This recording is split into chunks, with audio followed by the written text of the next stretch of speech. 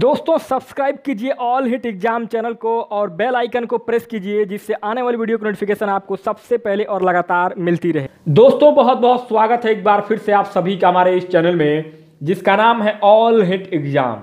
और दोस्तों आज का हम लोगों का ये जो वीडियो होगा दोस्तों आपका यूपी सुपर टैट जूनियर स्तर का। दोस्तों आप सभी जानते हैं कि उत्तर प्रदेश में सुपर टैट की परीक्षा होने वाली है जूनियर स्तर का, अर्थात कक्षा 6 से लेकर कक्षा 8 तक के लिए।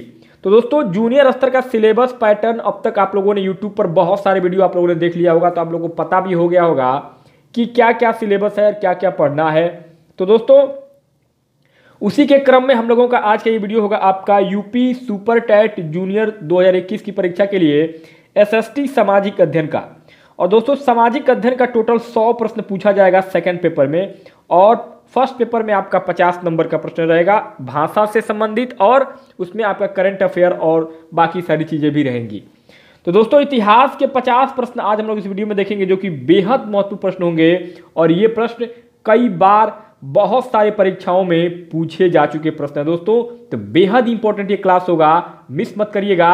और निवेदन करूंगा वीडियो को शुरू से लेकर आखिरी तक देखिएगा। वाकई में मैं आपको चैलेंज कर रहा हूं, मजा ना आ जाए तो फिर आप कहिएगा। तो दोस्तों स्टार्ट करते हैं बिना किसी देरी के अपने इस बेहतरीन सेशन को। दोस्तों पहला प्रश्न है आपके स्क्रीन पर, सुपर टैट जूनियर लेवल 2021 की परीक्षा के लिए एसएसटी सामाजिक अध्ययन में हड़प्पा सभ्यता का सर्वाधिक मान्यता प्राप्त काल है। ऑप्शन ए 2800 ईसा पूर्व से 2000 ईसा पूर्व, ऑप्शन बी 2500 ईसा पूर्व से 1750 ईसा पूर्व, ऑप्शन सी 3500 ईसा पूर्व से 1800 ईसा पूर्व, और ऑप्शन डी इनमें से कोई नहीं।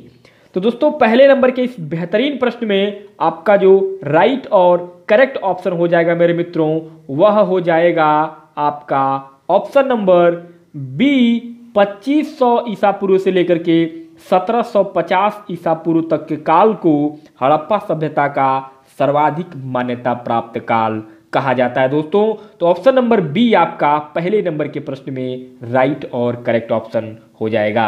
अगला दूसरा प्रश्न आपसे पूछ रहा है, सिंधु घाटी की सभ्यता निम्नलिखित में से किस सभ्यता के समकालीन नहीं थी? ऑप्शन ए मिस्र की सभ्यता, ऑप्शन बी मेसोपोटामिया की सभ्यता, ऑप्शन सी चीन की सभ्यता, और ऑप्शन डी ग्रीक की सभ्यता। तो दोस्तों दूसरे नंबर के इस प्रश्न में आपका ऑप्शन नंबर डी ग्रीक की सभ्यता आपका राइट और करेक्ट आंसर हो जाएगा, अर्थात सिंधु घाटी की सभ्यता जो कि जिस सभ्यता के समकालीन नहीं था वह था आपका ग्रीक की सभ्यता। मतलब समझिएगा, अर्थात सिंधु घाटी की सभ्यता के समकालीन मिस्र की भी सभ्यता थी, मेसोपोटामिया की भी सभ्यता थी, चीन की भी सभ्यता थी, परंतु ग्रीक की सभ्यता सिंधु घाटी की सभ्यता के समकालीन नहीं था। तो ऑप्शन नंबर डी आपका राइट आंसर हो जाएगा। अगला तीसरा प्रश्न पूछ रहा है, सिंधु घाटी की सभ्यता कहां तक विस्तृत थी?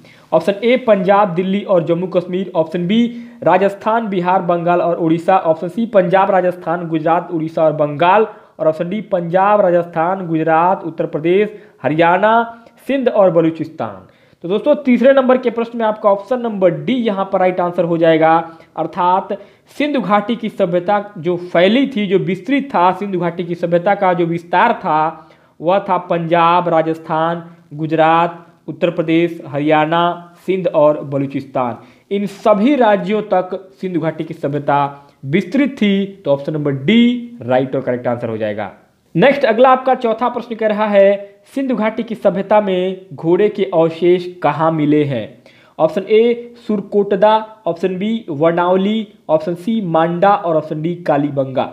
तो दोस्तों चौथे नंबर के इस प्रश्न में आपका option number A right answer हो जाएगा, सुरकोटदा, अर्थात दोस्तों सिंधु घाटी की सभ्यता में जो घोड़े के अवशेष मिले थे वह आपका सुरकोटदा से मिला था दोस्तों। ऑप्शन नंबर ए राइट और करेक्ट आंसर हो जाएगा। नेक्स्ट पांचवा प्रश्न, सिंधु घाटी स्थल कालीबंगन किस प्रदेश में है? ऑप्शन ए राजस्थान में, ऑप्शन बी गुजरात में, ऑप्शन सी मध्य प्रदेश में, और ऑप्शन डी उत्तर प्रदेश में। और दोस्तों ये प्रश्न आपका एसएससी मैट 1999 और 2002 में ये प्रश्न आ चुका है। दोस्तों 5 नंबर के इस प्रश्न में आपका ऑप्शन नंबर ए राजस्थान में राइट और करेक्ट आंसर हो जाएगा दोस्तों, ऑप्शन नंबर ए, अर्थात सिंधु घाटी स्थल कालीबंगन जो है वह आपका राजस्थान में स्थित है दोस्तों। तो ऑप्शन नंबर ए आपका राजस्थान राइट और करेक्ट आंसर हो जाएगा। अगला छठवां प्रश्न कह रहा है कि निम्नलिखित में से किस पदार्थ का उपयोग हड़प्पा काल की मुहरों मुद्राओं के निर्माण में मुख्य रूप से किया गया था। ऑप्शन ए है सेलखड़ी स्टेटाइल, ऑप्शन बी कांसा, ऑप्शन सी तांबा और ऑप्शन डी लोहा। तो दोस्तों 6 नंबर के प्रश्न में आपका ऑप्शन नंबर ए सेलखड़ी यहां पर राइट और करेक्ट आंसर हो जाएगा। अर्थात सेलखड़ी अर्थात दोस्तों हड़प्पा काल की जो मुहरें थी उनमें जो मुद्राएं बन रही थी हड़प्पा काल में, उनमें हड़प्पा काल की मुहरों या मुद्राओं के निर्माण में मुख्य रूप से सेलखड़ी का इस्तेमाल किया गया था। तो ऑप्शन नंबर ए आपका सेलखड़ी यहां पर राइट और करेक्ट आंसर हो जाएगा। अगला 7वां प्रश्न कह रहा है हड़प्पा सभ्यता किस युग की थी। ऑप्शन ए कांस्य युग, ऑप्शन बी नवपाषाण युग, ऑप्शन सी पूरा पाषाण युग, ऑप्शन डी लौह युग। तो दोस्तों 7 नंबर के इस प्रश्न में आपका ऑप्शन नंबर ए कांस्य युग आपका राइट आंसर हो जाएगा। अर्थात हड़प्पा सभ्यता कांस्य युगीन सभ्यता थी दोस्तों, ध्यान रखिएगा। ऑप्शन नंबर ए आपका राइट और करेक्ट आंसर हो जाएगा और ये भी आपका एसएससी 2001 में प्रश्न पूछा गया है। अगला 8वां प्रश्न पूछ रहा है सिंधु घाटी सभ्यता के लोगों का मुख्य व्यवसाय क्या था। ऑप्शन ए व्यापार, ऑप्शन बी पशुपालन, ऑप्शन सी शिकार और ऑप्शन डी कृषि। तो दोस्तों 8 नंबर के इस प्रश्न में ऑप्शन नंबर ए आपका व्यापार बिजनेस राइट आंसर हो जाएगा। अर्थात सिंधु घाटी सभ्यता के लोगों का जो मुख्य व्यवसाय था, रोजगार था, वह उनका व्यापार था दोस्तों, बिजनेस था। ऑप्शन नंबर ए आपका व्यापार राइट और करेक्ट आंसर हो जाएगा। नेक्स्ट अगला दोस्तों 9वां प्रश्न हड़प्पा सभ्यता के निवासी थे। ऑप्शन ए ग्रामीण, ऑप्शन बी शहरी, ऑप्शन सी यायावर या खानाबदोश, ऑप्शन डी जनजाति। तो दोस्तों 9 नंबर के इस प्रश्न में आपका ऑप्शन नंबर बी शहरी आपका राइट आंसर हो जाएगा। अर्थात हड़प्पा सभ्यता के जो निवासी थे वो शहरी सभ्यता के थे, इसलिए आपका ऑप्शन नंबर बी शहरी राइट और करेक्ट आंसर हो जाएगा। नेक्स्ट अगला आपका 10वां प्रश्न कह रहा है सिंधु सभ्यता के घर किससे बनाए जाते थे। ऑप्शन ए ईंट से, ऑप्शन बी बांस से, ऑप्शन सी पत्थर से और ऑप्शन डी लकड़ी से। तो दोस्तों सिंधु सभ्यता के जो घर थे वो ईंटों से बनाए गए थे। ऑप्शन नंबर ए आपका ईंट यहाँ पर राइट और करेक्ट आंसर हो जाएगा। अगला दोस्तों 11वां प्रश्न कह रहा है हड़प्पा वासी किस वस्तु के उत्पादन में सर्वप्रथम थे। ऑप्शन ए मुद्राएं, ऑप्शन बी कांसे के औजार, ऑप्शन सी कपास और ऑप्शन डी जौ। तो दोस्तों 11 नंबर के प्रश्न में आपका ऑप्शन नंबर सी कपास यहाँ पर आपका राइट और करेक्ट आंसर हो जाएगा। अर्थात हड़प्पा वासी जो थे वह कपास के उत्पादन में सर्वप्रथम थे दोस्तों। ऑप्शन नंबर सी आपका कपास यहाँ पर राइट और करेक्ट आंसर हो जाएगा। नेक्स्ट अगला आपका 12वां प्रश्न पूछ रहा है निम्नलिखित विद्वानों में से हड़प्पा सभ्यता का सर्वप्रथम खोजकर्ता कौन था। Option A sir John Marshall, option B RD. Banerjee, C A Cunningham और डी दयाराम साहनी। तो दोस्तों 12 नंबर के इस प्रश्न में आपका option number D Dayaram Sahni दोस्तों राइट आंसर हो जाएंगे। दयाराम साहनी, क्योंकि इन सभी विद्वानों में से हड़प्पा सभ्यता का जो सर्वप्रथम खोजकर्ता थे वह दयाराम साहनी थे दोस्तों। नेक्स्ट अगला आपका 13वां प्रश्न पूछ रहा है सिंधु सभ्यता का पत्तन नगर बंदरगाह कौन सा था। Option A Kalibangan, option B Lothal, option C Ropar और ऑप्शन डी मोहनजोदड़ो। दोस्तों ये प्रश्न इतना महत्वपूर्ण है, देखिए 1999, 2005, यूपी पीसीएस 1999, बीपीएससी 2010, ये कई बार ये प्रश्न आ चुका है। तो दोस्तों इसमें आपका option A Kalibangan, B Lothal, C Ropar और डी मोहनजोदड़ो है दोस्तों। तो 13 नंबर के इस प्रश्न में आपका ऑप्शन नंबर बी लोथल आपका राइट आंसर हो जाएगा।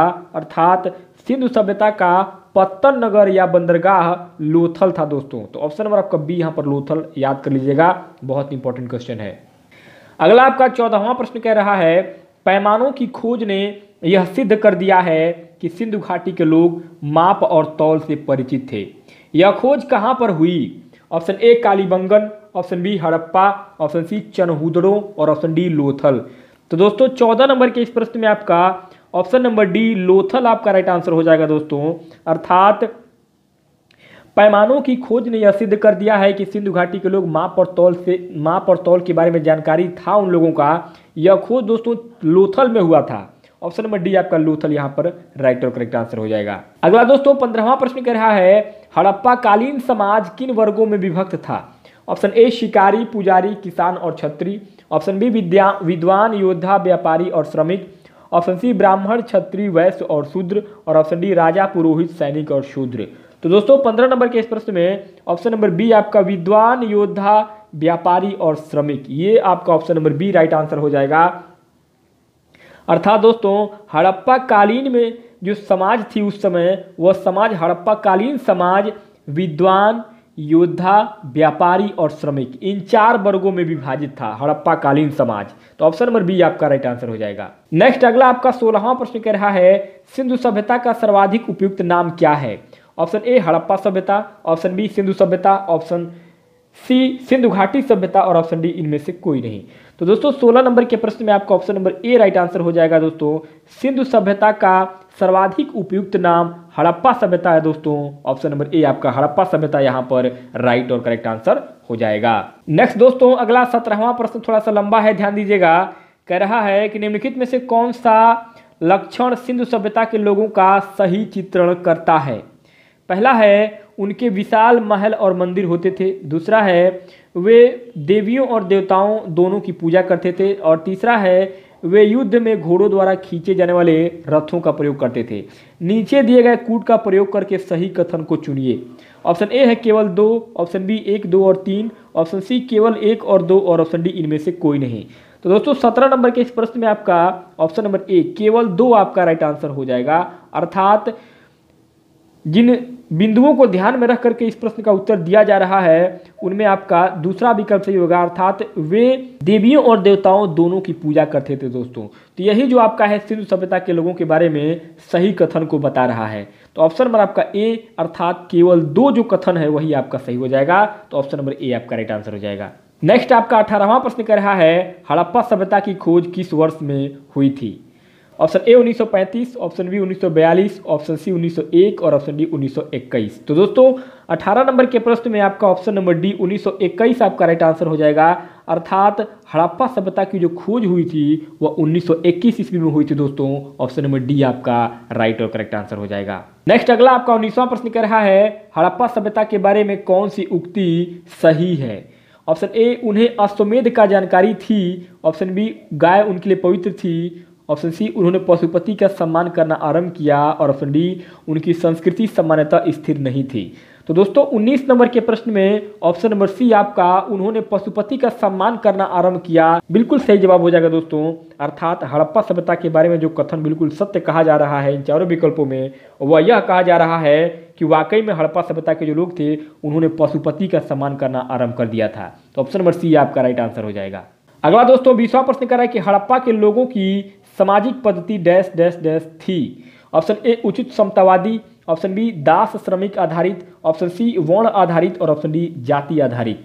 तो दोस्तों 20 नंबर के इस प्रश्न में आपका ऑप्शन नंबर ए उचित समतावादी आपका राइट आंसर हो जाएगा। अर्थात हड़प्पा सभ्यता के लोगों की जो सामाजिक पद्धति थी वह उचित समतावादी थी। दोस्तों ऑप्शन नंबर ए आपका राइट और करेक्ट आंसर हो जाएगा। नेक्स्ट अगला आपका 21वां प्रश्न कह रहा है सिंध का नखलिस्तान बाग हड़प्पा सभ्यता के किस पुरा स्थल को कहा गया। Option A Harappa, option B Mohenjodaro, option C Kalibanga और ऑप्शन डी लोथल। तो दोस्तों 21 नंबर के प्रश्न में आपका ऑप्शन नंबर बी मोहनजोदड़ो यहाँ पर राइट और करेक्ट आंसर हो जाएगा। अर्थात दोस्तों सिंध का नखलिस्तान बाग या हड़प्पा सभ्यता जो है यह मोहनजोदड़ो के स्थल को पूरा स्थल कहा गया। दोस्तों ऑप्शन नंबर आपका बी मोहनजोदड़ो राइट और करेक्ट आंसर हो जाएगा। नेक्स्ट अगला आपका 22वां प्रश्न कह रहा है हड़प्पा सभ्यता के संपूर्ण क्षेत्र का आकार किस प्रकार का था। ऑप्शन ए वर्गाकार, ऑप्शन बी आयताकार, ऑप्शन सी त्रिभुजाकार और ऑप्शन डी गोलाकार। तो दोस्तों हड़प्पा सभ्यता के संपूर्ण क्षेत्र का जो आकार था वह आपका त्रिभुजाकार था। दोस्तों ऐसे तो ऑप्शन नंबर आपका सी यहाँ पर त्रिभुजाकार आपका राइट और करेक्ट आंसर हो जाएगा। नेक्स्ट अगला आपका 23वां प्रश्न कह रहा है दोस्तों कि हड़प्पा सभ्यता के अंतर्गत हल से जोते गए खेत का साक्ष्य कहाँ से मिला है। ऑप्शन ए है दोस्तों Ropar, option B Lothal, option C Kalibanga और ऑप्शन डी बनावली। तो दोस्तों 23 नंबर के इस प्रश्न में आपका राइट और करेक्ट आंसर हो जाएगा कालीबंगा। दोस्तों अर्थात हड़प्पा सभ्यता के अंतर्गत हल से जोते गए खेत का जो साक्ष्य है सबूत है वह कालीबंगा से मिला था। ऑप्शन नंबर सी आपका राइट और करेक्ट आंसर हो जाएगा। अगला आपका 24वां प्रश्न कह रहा है सैंधव सभ्यता की ईंटों का अलंकरण किस स्थान से मिला है। Option A Kalibanga, option B Chanhudaro, option C Mohenjodaro और ऑप्शन डी बनावली।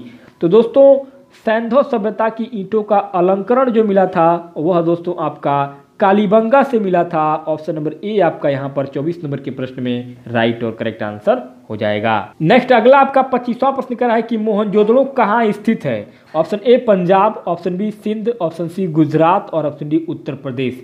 तो दोस्तों मोहनजोदड़ो जो है वह सिंध में स्थित है दोस्तों। ऑप्शन नंबर आपका बी यहाँ पर सिंध राइट और करेक्ट आंसर हो जाएगा। नेक्स्ट अगला आपका 26वां प्रश्न कर रहा है सिंधु सभ्यता में बृहद स्नानागार पाया गया है। ऑप्शन ए मोहनजोदड़ो में, ऑप्शन बी हड़प्पा में, ऑप्शन सी लोथल में और ऑप्शन डी कालीबंगा में। तो दोस्तों 26 नंबर के इस प्रश्न में आपका ऑप्शन नंबर ए मोहनजोदड़ो में आपका बिल्कुल सही उत्तर हो जाएगा। ऑप्शन नंबर ए अर्थात सिंधु सभ्यता में जो बृहद स्नानागार पाया गया वह मोहनजोदड़ो में पाया गया दोस्तों, इसलिए आपका ऑप्शन नंबर ए राइट और करेक्ट आंसर हो जाएगा। नेक्स्ट अगला आपका 27वां प्रश्न सिंधु सभ्यता की मुद्रा में किस देवता के समतुल्य चित्रांकन मिलता है। ऑप्शन ए है आद्य शिव, ऑप्शन बी आद्य ब्रह्मा, ऑप्शन सी आद्य विष्णु, ऑप्शन डी आद्य इंद्र। तो दोस्तों सिंधु सभ्यता की मुद्रा में आद्य शिव जो देवता हैं उनके समतुल्य चित्रांकन मिलता है दोस्तों सिंधु सभ्यता में। तो ऑप्शन नंबर ए आपका आद्य शिव राइट और करेक्ट आंसर हो जाएंगे। अगला आपका 28वां प्रश्न पूछ रहा है निम्नलिखित में से कौन सा हड़प्पा कालीन स्थल गुजरात में था। Option A Kalibanga, option B Ropar, option C Banawali और ऑप्शन डी लोथल। तो दोस्तों 28 नंबर के इस प्रश्न में आपका ऑप्शन नंबर डी लोथल बिल्कुल सही जवाब हो जाएगा दोस्तों। ऑप्शन नंबर डी अर्थात हड़प्पा कालीन स्थल जो गुजरात में था वह था दोस्तों लोथल। ऑप्शन नंबर आपका डी राइट और करेक्ट आंसर हो जाएगा। अगला आपका 29वां प्रश्न कर रहा है मोहनजोदड़ो का स्थानीय नाम है। ऑप्शन ए जीवितों का टीला माउंट ऑफ लिविंग, बी कंकालों का टीला माउंट ऑफ स्केल्टन्स, सी दासों का टीला माउंट ऑफ स्लैब्स और ऑप्शन डी मृतकों का टीला माउंट ऑफ डेड। तो दोस्तों मोहनजोदड़ो का जो स्थानीय नाम है वह दोस्तों मृतकों का टीला कहा जाता है मोहनजोदड़ो को, और दोस्तों इसको माउंट ऑफ डेड कहते हैं अंग्रेजी में। ऑप्शन नंबर डी आपका राइट और करेक्ट आंसर हो जाएगा। नेक्स्ट दोस्तों 30वां प्रश्न कर रहा है हड़प्पा सभ्यता का प्रचलित नाम है। ऑप्शन ए सिंधु सभ्यता, ऑप्शन बी लोथल सभ्यता, ऑप्शन सी सिंधु घाटी की सभ्यता और ऑप्शन डी मोहनजोदड़ो की सभ्यता। तो दोस्तों 30 नंबर के इस प्रश्न में आपका राइट और करेक्ट आंसर हो जाएगा ऑप्शन नंबर सी सिंधु घाटी की सभ्यता दोस्तों, अर्थात हड़प्पा सभ्यता का जो प्रचलित नाम है वह सिंधु घाटी की सभ्यता कहा जाता है। ऑप्शन नंबर सी आपका राइट और करेक्ट आंसर हो जाएगा। नेक्स्ट दोस्तों अगला आपका 31वां प्रश्न पूछ रहा है सैंधव स्थलों के उत्खनन से प्राप्त मुहरों पर निम्नलिखित में से किस पशु का सर्वाधिक उत्कीर्णन हुआ है। ऑप्शन ए शेर, ऑप्शन बी घोड़ा, ऑप्शन सी बैल और ऑप्शन डी हाथी। तो दोस्तों सैंधव स्थलों के उत्खनन से प्राप्त मुहरों पर बैल नामक पशु का सर्वाधिक उत्कीर्णन हुआ है। तो ऑप्शन नंबर आपका सी बैल यहाँ पर राइट और करेक्ट आंसर हो जाएगा। नेक्स्ट अगला आपका 32वां प्रश्न कर रहा है सिंधु घाटी सभ्यता जानी जाती है। ऑप्शन ए अपने नगर नियोजन के लिए, ऑप्शन बी मोहनजोदड़ो एवं हड़प्पा के लिए, ऑप्शन सी अपने कृषि संबंधी कार्यों के लिए और ऑप्शन डी अपने उद्योगों के लिए। तो दोस्तों 32 नंबर के इस प्रश्न में आपका राइट और करेक्ट आंसर हो जाएगा दोस्तों ऑप्शन नंबर ए अपने नगर नियोजन के लिए दोस्तों, अर्थात सिंधु घाटी की जो सभ्यता है वह अपने नगर नियोजन के लिए जानी जाती है दोस्तों। ऑप्शन नंबर ए आपका यहाँ पर राइट और करेक्ट आंसर हो जाएगा। नेक्स्ट अगला आपका 33वां प्रश्न कर रहा है सिंधु सभ्यता का कौन सा स्थान भारत में स्थित है। Option A Harappa, option B Mohenjodaro, option C Lothal और ऑप्शन डी इनमें से कोई नहीं। तो दोस्तों सिंधु सभ्यता का जो स्थान भारत में स्थित है वह है दोस्तों लोथल। ऑप्शन नंबर सी आपका लोथल यहाँ पर राइट और करेक्ट आंसर हो जाएगा। नेक्स्ट अगला आपका 34वां प्रश्न भारत में खोजा गया सबसे पहला पुराना शहर था। तो दोस्तों भारत में खोजा गया सबसे पहला पुराना शहर था दोस्तों आपका ऑप्शन नंबर ए हड़प्पा दोस्तों। ऑप्शन नंबर ए आपका राइट और करेक्ट आंसर हो जाएगा। एसएससी सीपीओ एसआई 2003 में प्रश्न आया था। तो आपका 35वां प्रश्न पूछ रहा है भारत में चांदी की उपलब्धता के प्राचीनतम साक्ष्य मिलते हैं। ऑप्शन ए हड़प्पा संस्कृति में, ऑप्शन बी पश्चिमी भारत की ताम्र पाषाण संस्कृति में, ऑप्शन सी वैदिक संहिताओं में और ऑप्शन डी चांदी की आहत मुद्राओं में। तो दोस्तों 35 नंबर के इस प्रश्न में आपका ऑप्शन नंबर ए हड़प्पा संस्कृति में बिल्कुल राइट आंसर हो जाएगा, अर्थात भारत में चांदी की उपलब्धता के सबसे प्राचीनतम जो साक्ष्य मिले हैं वह हड़प्पा संस्कृति में मिले हैं दोस्तों। ऑप्शन नंबर ए आपका राइट और करेक्ट आंसर हो जाएगा। नेक्स्ट अगला आपका 36वां प्रश्न सिंधु सभ्यता के बारे में कौन सा कथन गलत है। ऑप्शन ए नगरों में नालियों की सुदृढ़ व्यवस्था थी, ऑप्शन बी व्यापार और वाणिज्य उन्नत दशा में था। ऑप्शन सी मातृ देवी की उपासना की जाती थी। और ऑप्शन डी लोग लोहे से परिचित थे। तो दोस्तों सिंधु सभ्यता के बारे में जो कथन गलत है वह हो जाएगा दोस्तों आपका ऑप्शन नंबर डी, लोग लोहे से परिचित थे। तो दोस्तों सिंधु सभ्यता के जो लोग हैं वह लोहे के बारे में उनको कोई जानकारी नहीं था दोस्तों। तो ऑप्शन नंबर आपका डी यहाँ पर लोग लोहे से परिचित थे, यही जो कथन है ये आपका असत्य कथन है, गलत कथन है सिंधु सभ्यता के बारे में। तो ऑप्शन नंबर डी आपका राइट और करेक्ट आंसर हो जाएगा। नेक्स्ट दोस्तों अगला 37वां प्रश्न पूछ रहा है मांडा किस नदी के किनारे स्थित था।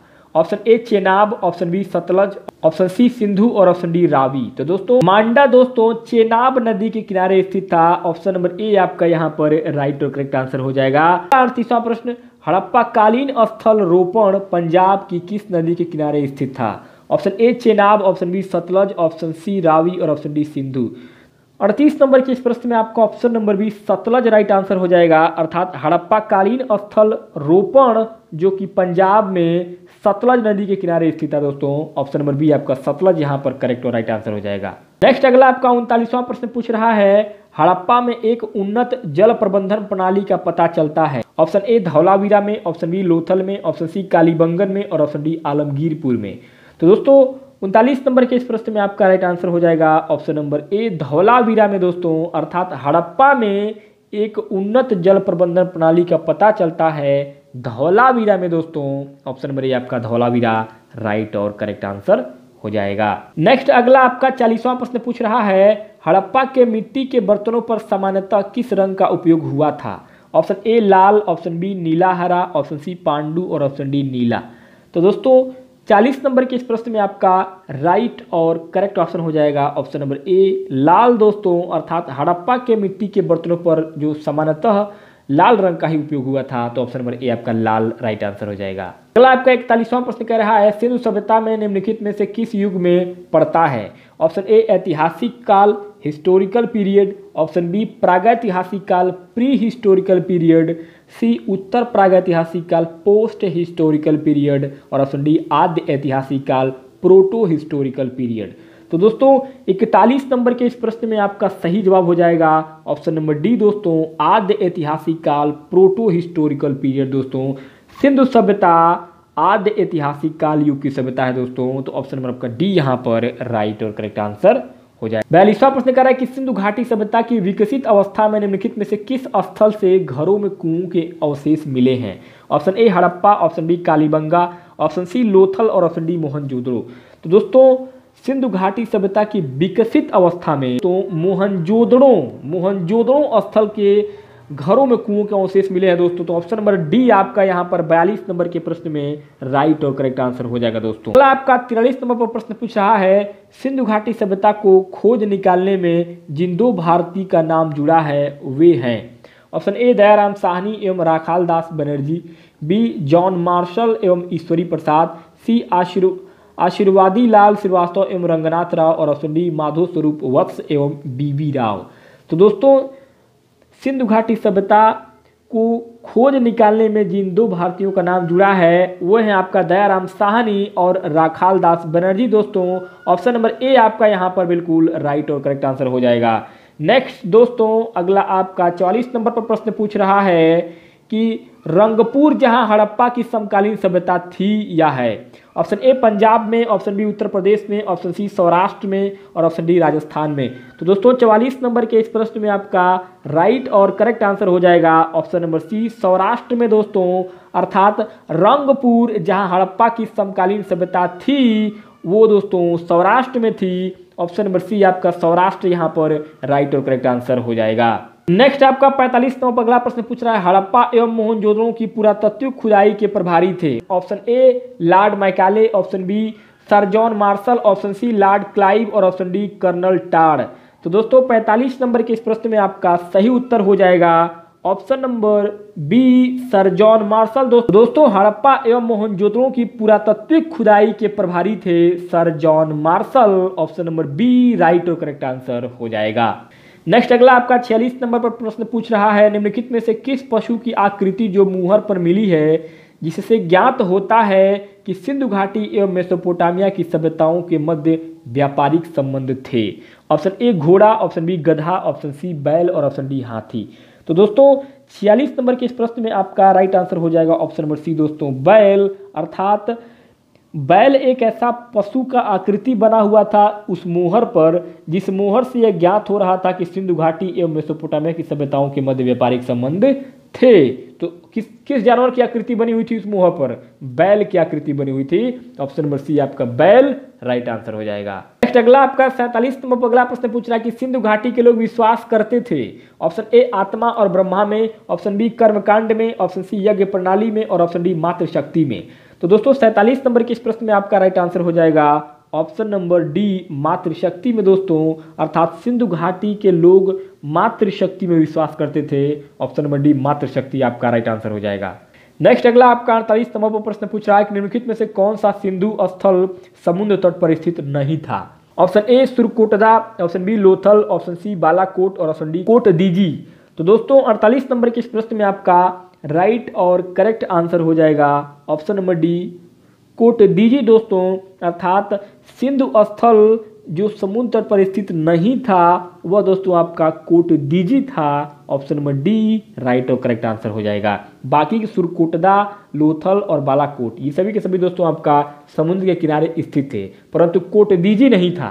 तो यही आपका राइट आंसर हो जाएगा ऑप्शन नंबर डी। नेक्स्ट आपका 49वां प्रश्न पूछ रहा है निम्नलिखित में से कौन मोहनजोदड़ो की सबसे बड़ी इमारत मानी जाती है? ऑप्शन ए विशाल स्नानागार, ऑप्शन बी विशाल अन्नागार एवं धान्य कोठार, सी सभा भवन और डी इनमें से कोई नहीं।